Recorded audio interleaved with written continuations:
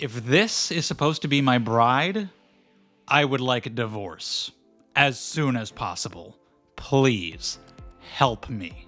The Bride is directed and written by Maggie Gyllenhaal. It is the newest kinda adaptation of The Bride of Frankenstein.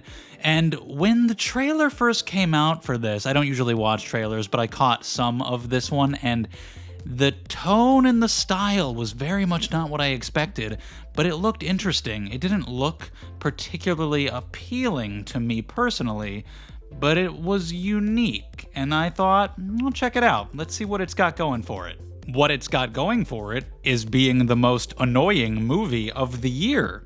Not the worst movie I've seen so far this year, but the amount of time it took me to be annoyed was shorter than any other movie this year. But I want to be fair, and I want to make sure I give the movie praise where it deserves it. This is a very unique take on this story. It takes some big swings. It goes hard on some stylistic choices. Absolutely none of it works at all, but they took the swings. Maybe you should have just let the ball fly by and walked to first base. You didn't have to swing, but I guess I respect the effort. For the most part, it is visually engaging. I typically enjoyed how the movie was shot. Christian Bale is pretty good as Frankenstein's monster. His whole deal is that he wants to fuck. He's been alone for a long time and he wants some companionship, and him playing that kind of like wide-eyed, innocent guy who's looking for that companion, but also has to have these moments where he unleashes violence upon people, and he's part of this entire wacky tone. He goes on this weird-ass spree of singing and dancing and screaming and killing people along with the bride. There's a lot for him to do, and he's pretty fun for the most part. Peter Sarsgaard, Penelope Cruz, Jake Gyllenhaal, you also have some other actors like that in here in more minor roles, and they're pretty good for what they have to do. Now, I just need to rant about the rest of this movie. What fucking nonsense was that? A lot of the early reviews that were coming in were saying that this movie was a mess. And holy shit, what an understatement. Even upon hearing those reviews, I'm shocked how big of a mess it was. I am shocked how much I disliked it. This was an endurance test. I should get a fucking award for sitting through this entire thing. This was a miserable viewing experience. The movie opens up with text that says, Mary Shelley wrote Frankenstein on a dare, and then it immediately cuts to a close-up of Jessie Buckley playing Mary Shelley in black and white, and she goes, knock knock, it's me, Mary Shelley, author of Frankenstein. And I'm immediately like, oh no. Oh no, is this what we're in for? Is this what we're doing? Oh shit. And the story of the movie is that Mary Shelley, as a ghost, wants to be able to create a story that she didn't get to write while she was alive, like a Bride of Frankenstein story. So she possesses a woman. So Mary Shelley was a woman who wrote Frankenstein and died. But also, Frankenstein exists. He's a guy just walking around and people know of him. What? The woman that Mary Shelley is possessing dies, and they then go find her body and use her as the reanimated corpse for Frankenstein's bride. How is it that they coincidentally found the corpse of the woman Mary Shelley had been possessing? Did Mary Shelley use her ghost powers to cause that to happen? I don't know. It doesn't make any sense. So what the fuck? What are you talking about? So Frankenstein exists, and you're gonna be his bride, so it's just like a story being told, so then what is the point of the Mary Shelley thing? How is that compatible at all? How are you saying Mary Shelley exists and wrote Frankenstein, but also all of this? It's trying so hard to be stylistic that it's utter nonsense. It's not compatible. Those ideas do not work together at all. And it's completely pointless. Just have it be a Bride of Frankenstein story. What do you get from having her be possessed by Mary Shelley? Nothing. It's pointless. And dumb. Like, if you're gonna do something pointless, at least do it because it's cool. This is not only stupid, it doesn't even serve a purpose. So why did you do this stupid thing? It's unique, but it is a horrendous idea for a story. The fact that she's possessed by it never matters at all. It just results in obnoxiousness. Jessie Buckley, I'm so sorry. She is a talented actress. She is most likely going to be winning an Oscar in about a week. But whatever you were doing oh, holy shit. This character made me want to rip my ears off of my head. I was so irritated consistently. Jessie Buckley is going all out. She's going for it. There's ambition here. She is doing a lot with this performance. I'll give her that. Should she have been doing all that? I sure wish she hadn't been, but she does a lot.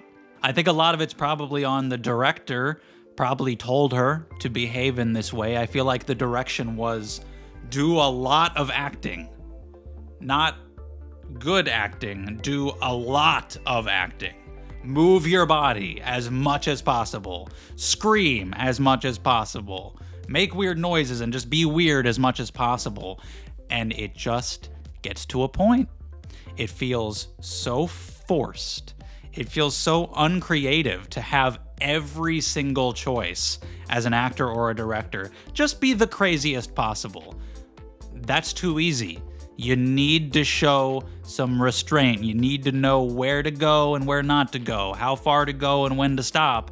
And this just feels like act. It is the most acting, not the best acting, just the most acting. Dramatic and weird and screaming and screaming and screaming. Did I mention there was screaming? Even as the movie goes on with Christian Bale, I like him quite a bit at the beginning, but as he gets more and more involved with the bride, he kind of takes on a bunch of the screaming too, and now there's several screaming people, and I'm gonna hear it in my fucking nightmares tonight. She is so exaggerated and over the top and loud. The movie is loud. And they do this thing with the bride where, for the most part, she is the woman that she was when she was alive, but she also has Mary Shelley possessing her, so occasionally the Mary Shelley personality pops out, comes to the surface. She'll be talking like herself in an American accent, and then, like on a dime, a word that she says will trigger Mary Shelley to come out, and she'll just start quickly babbling nonsense. She'll just say like random strings of words based off of the last word that the other personality says, and it is so fucking irritating. Again, Jessie Buckley's doing some shit. She's going for it, quickly switching between accents and personas, and there's credit to her performance and how much she is doing. I just don't think so many of the choices actually worked, and this in particular was so annoying. I just want to get to know her as a character, but every other time she opens her mouth, her actual dialogue is interrupted by a British woman screeching about nonsense. Just she'll be speaking and then and that's the movie. What I just did right there, that's the movie. It's 2 hours of that. Except I was trying to be kind of quiet. It's so much louder than that. Mostly I like the way that it was shot, but there were some scenes, namely one in a club where there were a bunch of flashing lights and a bunch of close-ups and a lot of really quick editing, and I had to squint. I had to partially look away from the screen because I was like, this is visually disgusting to watch right now. It is completely unappealing to be looking at it. And even like the look of the bride, she's got this black sludge splattered across her face the entire movie, and it just feels so try-hard. It feels so forced. Like, oh, she's like punk rock, edgy, weird. And it's like, but why though? But why though?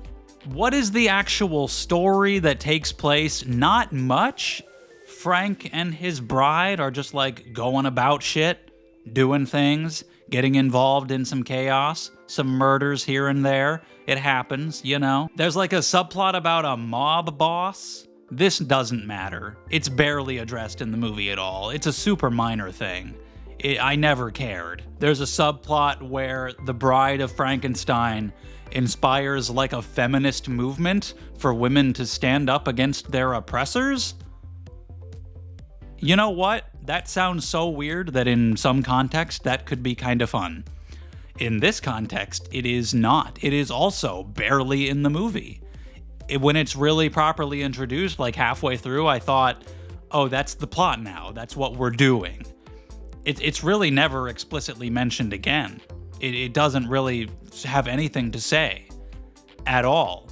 There are just now more people dressing up obnoxiously like her and screaming like her.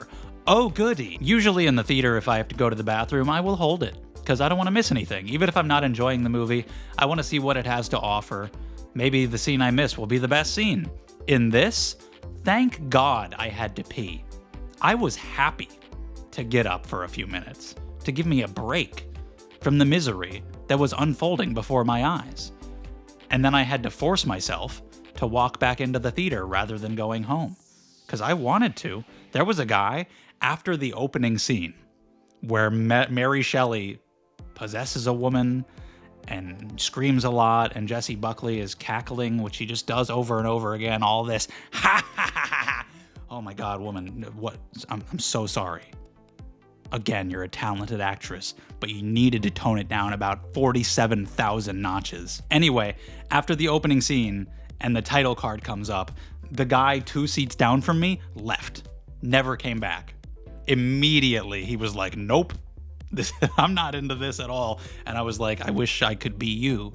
Whatever you went to go do, instead of watch this movie for 2 hours, whatever you went to go to, I know for a fact that you had more fun than I did. I wish I could have left, but I stayed through the whole thing. What is this movie trying to say? Fuck all. It's a mess. It is chaotic in the worst way. It seems to be going for some female empowerment type of shit, but what is it actually saying about any of this beyond just showing? Like, oh, there's a shitty mob boss. He's a dickhead. He says some sexist things. There are some characters who say some sexist things. We talk about murders of women. Like, that's in there. It is in the movie. I'll give you that. Is it doing anything in the movie meaningfully? Is it saying anything?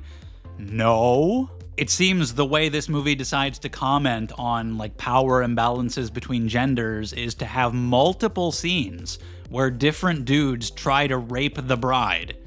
And every time Frankenstein saves her, which was kind of weird. If it's about female empowerment, shouldn't she save herself? Whatever, man. Who cares? It feels like it's trying to be Poor Things. One of the more interesting elements is that when the bride wakes up, she has no memory of who she was or what's going on, and they tell her, like, oh yeah, you're engaged to this guy. He knows you already. And so that's a lie being strung along throughout the movie. And you know it's going to come to a head eventually. It's very predictable. Like, of course, she's eventually going to find out that he lied. But I'm like, that's an interesting thematic thread to follow. Where are we going to go with that? Doesn't go anywhere interesting at all. It's not used to make any kind of statements. It feels like it should be.